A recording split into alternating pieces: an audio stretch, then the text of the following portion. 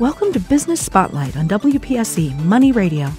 Business Spotlight is heard weekly at this time on 1450 AM and 107.1 FM. Today's guest is Jim Belin of Logistics Plus.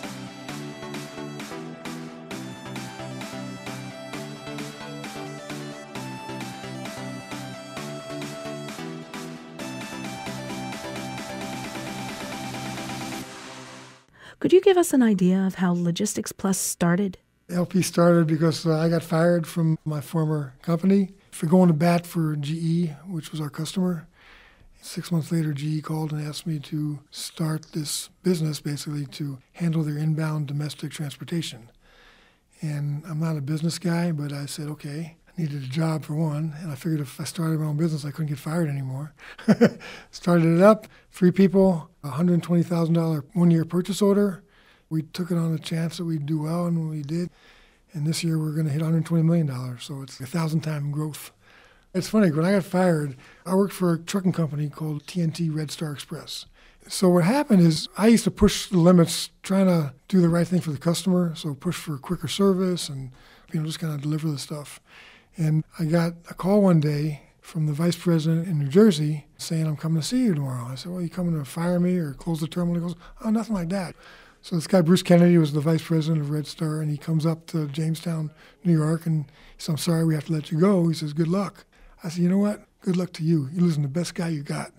And I walked out the door real strong, and then I turned the corner and fell to my knees going, oh, God, what am I going to do? I'm 44 years old. I didn't want to lose my job.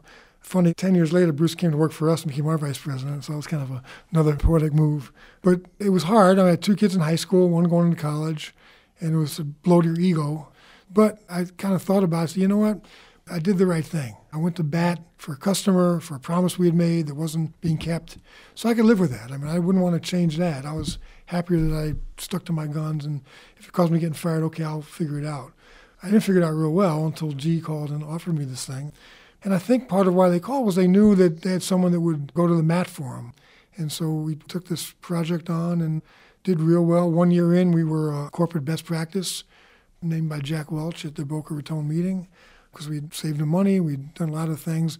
I always say that it's lucky for me having GE as our first customer. All my friends said, what are you, nuts? Like, what do you know about business? Most of them told me don't do it, but I figured out I might as well try. But we had a good customer, and I loved Jack Welch's theories. GE's hit a tough patch now, but back in 1996, they were the largest, most profitable enterprise in the history of planet Earth. Fact. And I love Welch's ideas of empowerment and boundarylessness. I mean, I love that kind of concept in the workforce. But anything taken to its extreme gets stupid, generally, even if it's a good idea. And so what you had is you had a tow motor operator in Building 12 with the authority to call in a special truck for the skid he needed, the pallet he needed. You had also had a tow motor operator in Building 14 had the same option. So you had all these things going on, and we are the perch that could see everything that's going on.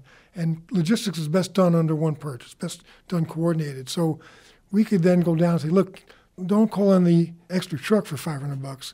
If you need a pallet from Cleveland, let us know. Leave the driving to us, kind of. And we'll manage that. We'll get it here a lot less expensive. And if you had some union guys that kind of didn't care about the company's health and welfare, I said, but it doesn't do you any good to spend $500 on a special delivery truck when it could cost $50 on a regular truck. So you're just throwing money away. And everyone bought into that. And what we did when we first started, actually, we bought, there's about a dozen docks at GE's facility where they ship and receive. So we bought a dozen boxes of donuts, and we went around to each of the docks, because we're not GE guys, we're outsiders coming in and changing the way things were, which is always tough to do. So you try to win people over. So first thing we did, like first week, was we went to each dock and we said, look, here's donuts. When you think of donuts, you think of cops. We're the traffic cops. If you see something stupid where someone's throwing away money for no need, let us know. We're not the judge and jury. We're just the cops. We'll write the ticket and then let the company deal with it. But we'll let the company know that someone just wasted $500 when they didn't need to. And a lot of these guys actually would do it to get their boss in trouble, but we never did that. No one's in trouble, but let's just fix it. If we can get this here at 8 a.m. tomorrow morning for $50, that's a lot better than you getting a truck at 7 o'clock to run in at 8 o'clock for $500. So we won them over, and I think GE and even the guys kind of liked the boldness of that, just kind of, we're going to make things better. We had a case early on where I noticed that every Friday there was a rush truck from Pittsburgh for a couple of pallets of freight. Every Friday was a same-day delivery, which is, again, $500. So stepping outside our role a little bit, I called the manufacturer, the GE vendor. I said, why do you send something every Friday, I notice, for $500 to GE? He said, well, the purchase order says ship on Fridays for Friday delivery. I said, okay. Could you ship it on Thursday for Friday delivery? He said, we can ship it on Monday. He says, it's on our shelf. I said, okay, problem solved. We'll change the purchase order. So it didn't cost anybody any time, effort. It wasn't like going to the carriers and beating them up to give us a better rate. It was just finding a better way to do the same result, what you needed, without the chaos. And so we did a lot of that and got well known, and Welch singled us out. So in 97, we won the Corporate Best Practice Award for that. At the same Boca conference, Jack Welch said, we need to get down to Mexico. There's good labor down there. There's manufacturers. We need to start buying parts less expensively. So they go down to Mexico, and at the time, it's like 8 industrial businesses, and they all trip over each other to be the first to get down there and make a name for themselves. So they took me down there. And I said, well, I don't know about Mexico. I'm a trucker, And they said, well, you'll figure it out. So went down to Mexico. And again, just knowing our business, knowing the logistics world, we were able to see things that the smart people that they sent down to do this really didn't know. I mean, you can be smart, but it doesn't mean you know everything. They didn't know logistics. So they had some kind of cockamamie ideas that really weren't going to work in the real world. So I'm sitting there and I'm like, gee, I'm not even supposed to kind of be there. And all these big shots. And we're in Mexico City, and they're talking about these plans, which really didn't make sense. And I raised my hand. I say, no sé nada. I know nothing, but I know this is a bad idea. And why? So I kind of told them and averted a big mistake they would have made. And so again, because of that and because of the success we had bringing parts from there, we were named the Corporate Best Practice again in 99. So we got some cool notoriety. After that year, they went around the world to find manufacturers in Europe and Asia and India, and they took us with them. So we went around to all these countries in Eastern Europe and in India, Indonesia, China, and they would find manufacturers, and they'd go to manufacturer and order 10,000 or 100,000 parts, which the manufacturer was thrilled about, and GE guy would sign the contract and come home and say, look how much money we saved. But the manufacturer could make their parts, but they never knew how to ship to the U.S., so we'd walk in and say, relax, we're here, we'll take care of that for you. And so this was very synergetic. We could take these new vendors they found and be the conduit for them to deliver the goods to GE.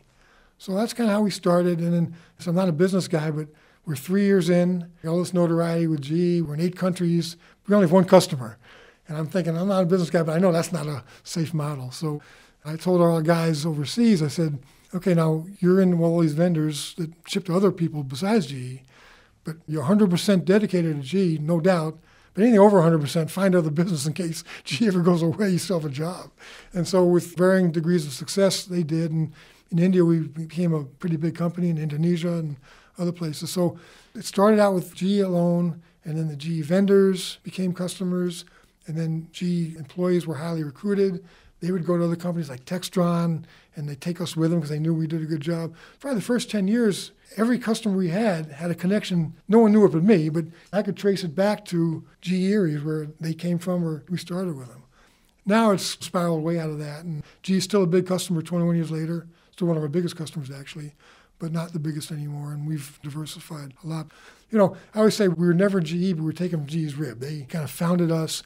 And one other advantage was that besides having a first customer of GE, which is the biggest company in the world, logistics is a popular name now. Back then it wasn't. No one talked about that. And so Joe's Trucking would change to Joe's Logistics and charge $100 more a truck just because it sounded better, But we were actually, our DNA is logistics. We were formed as an inbound routing center for GE Transportation, the most profitable company on earth, to make them better.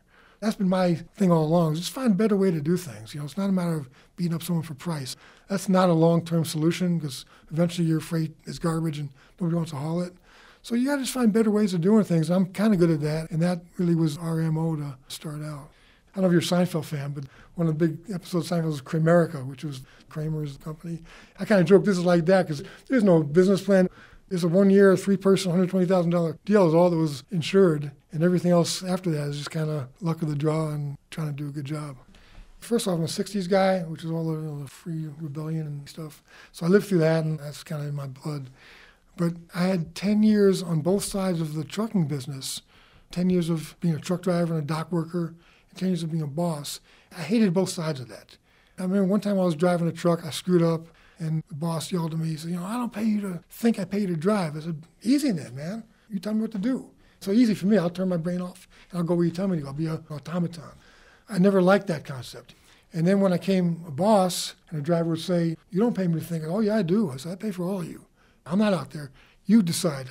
I give you loads to get off. However you do it, get them off. I like that people can think and they're not treated like robots. I like that people do a better job. You can treat them differently than someone that's just screwing off all day. That's the reason why this is taking on the character it has. I just hated the uniformity of everything in a 84-page contract, and everyone's the same, because everyone's not the same.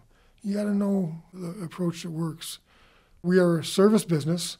I always say that all the companies in the world that do this all use trains, planes, trucks, and ships. Nobody's waving a magic wand to make pallets move. So it's how you do that. It's how you communicate, how you care about it, take it seriously. We say here, don't take yourself too seriously, but the work's serious. Someone's looking for that package or that skid, it's got to matter to you, because someone is looking forward to getting their present or show up at the factory so they can make a locomotive, or show up at a store so it can be sold for Father's Day. These are moving for a reason, and you need to care about that. This year, we've grown 50%. So 21 years into a business, that's crazy. When you're young, you can go 50%. It's hard still, but this is insane. So we grow 5-10% a year for 20 years and then 50%. Actually, what I call only business strategies to grow, because growing pains better than dying pains. So growth is tough, but it's a lot better than the other way. And the one year that we didn't grow in 21 years was 2008, 2009, and we made better net profit margin that year than any year because we let people go. We watched every penny, but I hated that. That was so hard. I didn't like that. I like growing, and one of the things about growing is if someone wants to do the same job all the time here, that's fine. You need people that are just happy moving freight. But for people that want to learn more, do more, what growth does, it gives you an easy opportunity to say, we have a new project here. You want to try it? You want to take that on? So people sometimes uncomfortably are asked and urged to try something new. And people don't like change, so that's kind of tough. But we have taken both of our major operational departments, which is freight forwarding, is international moving freight, ships, and then the trucking side, the domestic side. Because of our new biggest customer, we had to pull out, reluctantly, the leadership of both those departments to focus on this new giant customer we have. And really, it's kind of who's the next one up that wants to take that role on. And we have new leadership in both those departments on an instant. There wasn't 6-month training, get ready for this. It was like, we got to do this tomorrow, And these mostly young women actually stepped up, and I can tell you, unbelievable what they've done. They took it and made it better than it ever was.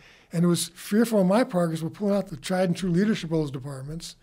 And frankly, they've gotten better. Those guys stepped up into other roles, and they were kind of in a rut where they're at. They were there for years running the same department. And with these new roles where they're getting challenged, their brains re-engaged, they're trying new things. It's not so easy anymore. And they've stepped up to do great jobs where they are. But the people that came up behind them, unbelievable. You really seem to believe in the empowerment of your people. It's a way of life at Logistics Plus. As a coach more than a business guy, I love seeing people who really were probably, when they started here, were coming from McDonald's or being a waitress somewhere. They come here and we say, look, it's not a job, it's a career. This is a place we want you forever. And to see them, grow into those roles and become leaders of departments. And, these are multi-million-dollar departments they're running. It's not small change.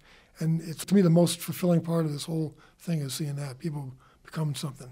And you can see it in the pride that they have. That's very rewarding. And even when we try to find better ways of doing things, I'm a big believer in people. We don't automate to get rid of people. If someone comes and says, I can sell you this system, it'll eliminate 20% of your people. One, I don't believe it because those systems never work like they tell you it's going to work. But two, I don't want to do that. I don't want someone there licking envelopes. That's stupid. 21st century, you shouldn't be doing that. But let's find something to lick the envelopes for you or automatically do the checks online, and we'll find something valuable for you to do, not stuffing envelopes. So that part I'd like to see improvements on. But no one here kind of loses their job because they're eliminated. You got to screw up pretty bad to get let go from here because we try to find a seat on the bus that works. We will work you hard, and we expect you to work hard, play hard, but you'll be treated with respect and never be just tossed aside. We'll find a way to make it fit. The funny thing is when I got this, I was a terminal manager for a trucking company, and I've been a truck driver. And there was another company near Jamestown that wanted to hire me. And so I asked half a dozen of my friends, I got this GE thing, it's 1 year, it's really not much money. It's brand new. I got this other job. And they all said, take the job. Don't be stupid. Take the job. But I had a couple of friends who knew me a little better and said, try it. It's different. Try it. You started with 3 people. What was going through your mind back then? The cool thing is when I took it, actually I convinced the woman and the guy that worked for me at Red Star to join me. So that's one thing. We knew we had a good group. And we kicked butt there. We saved more money in like 2 months than they thought they could save all year. And then early on, we went from 3 to 5 people, and then we started globalizing. And John Rice was the CEO here at the time. He's like the number 2 guy at G now. Because what happens when you globalize, okay, the parts are cheaper. Transportation's a little more costly to get something in from China than it is from Pittsburgh. So that reduces the savings. But then what people forget is if something goes wrong, you can get that $500 truck from Pittsburgh and be there in 2 hours. You got to fly a plane to be there in 20 hours from China, and that costs $100,000 or $200,000. So people forget that there's other costs. So I said, look, really you're going to need to put a safety stock of these overseas parts right near the plant. In case something goes wrong, you'll have it nearby. If the ship is late, you're not shut down, you just pull your safety stock. So that's a great idea. Well, it's not my idea, I read it somewhere. But so we asked these people there in Erie to put that out to bid. So they bid out to these 5 big billion-dollar warehouse companies. So I go and I said, man, that was my idea. That's us to bid? He said, oh, you're not a warehouse company. I said, no. So we get the RFQ, right? We get the bid on this thing. So we go to the Learning Center, and I got the president of Red Star with me. And so it's 5 groups of people in suits and ties and big PowerPoint presentations, nice presentations about how they should be doing this. So then it's our turn, and I have nothing, right? So I'm there in my jeans and sneakers, and Fred's there. He's dressed a little nicer. I took out the RFQ. I said, first question is, how many years of warehousing experience do you have? I said, 0. How many employees do you have? 0. How many square feet under management? 0. How many cranes? 0. How many tow motors? 0. How many facilities? 0. And Fred had an out-of-body experience. He left the building. So the vendor, all the other warehouse guys are starting to laugh. The G guys are laughing uncomfortably. So I started laughing. I said, I know. But you know what? I said, did trucking for 20 years, and trucking involves warehouses. I said, seems pretty simple. You take the product in, mark it down, put it on a shelf. When someone calls you for it, take it off the shelf, take good care of it, mark it down, ship it. I said, that's pretty basic. I said, you guys are the puzzle here, and we know you better than you know you. And we won the contract, That's kind of the genesis of this thing. We still do it today. 20 years later, I just have the confidence that we're good at what we do. We know what we're talking about. Give us a chance and we'll prove it. And they bought into that. It doesn't feel like it's a blip because we have more stuff coming at us. It's unbelievable. Scott does marketing. We have 1 salesperson basically other than local people. And it's all been like just word of mouth and doing a good job, and Scott getting the word out in the ether world. I just had a phone with a company out of Germany that wants to open up some businesses in Chicago. They're talking to us, and we got the mass drop thing, we got the truck light thing. I mean, this is not like a one-shot thing. You had 50% growth over the course of a year. How did that happen? We just started a routing center for Google. So an ex-employee actually went to Amazon and then went to Google. He's the head of logistics for Google. We've stayed friends. I get a daily thought that I send him every day. And he called me up maybe 6 months ago and said, hey, come on out here. I got a project for you. When I got there, he said, I always knew I'd get you guys in somewhere. It had to be the right time, right place. This is it. So we started with 4 people, and all the Pixel phones you're seeing on the TV, we deliver every one of those in the U.S. And then they just called me and said, we want you to do Asia and Europe next. So that's going to explode. We've hired 40-something people in the last few months. One thing is that millennials get a bad knock about their work ethic. We've hired a lot of kids from the universities around here, and they're awesome. And maybe it's because they see the old-timers working our butts off, but they get right in and dive in and work. No one here punches the clock, and there's a bunch of people finishing up late. The other thing is like the team from Google. So we took our head business intelligence guy, who was really smart, put him out of Google. So he's doing great. And we took 2 of our operations people and put them on the ops side of this thing. And no exaggeration, they've been working 18 hours a day, weekends, nonstop. And you know how much they complain? 0. You know what they tell me? What a great opportunity this is, thanks. They're just doing their job, and their job means 18 hours a day because all these Pixel phones got delivered by Christmas. And there's not 1 ounce of complaining about it. I love that. And they both were comfortable in what they're doing before. This is a total change for them, but embracing it. Do you worry about having to repeat that growth or to continue growing at that pace? We have this philosophical argument all the time. I don't believe in goals. Like we were talking about the goals for our North American division, right? We would have made it way under what it was this year. So would that mean we wouldn't have gone past it because we got to go, we can relax? I just think you do all you can do. If it doesn't work, okay, let's think what we could have done better. If it works above and beyond, great. I joke we're a $120 million company with no budgets, no business plan, no strategy, no org charts. We just kind of come in every day, do the best you can, and let's see where it takes us. But there's no pressure for that. I mean, if it goes back, it goes back, and if it keeps going, we'll manage the growth. Thanks for listening to Business Spotlight on Money Radio WPSE. Business Spotlight is heard Fridays at noon. Join us next week as Roland Financial is in the Business Spotlight.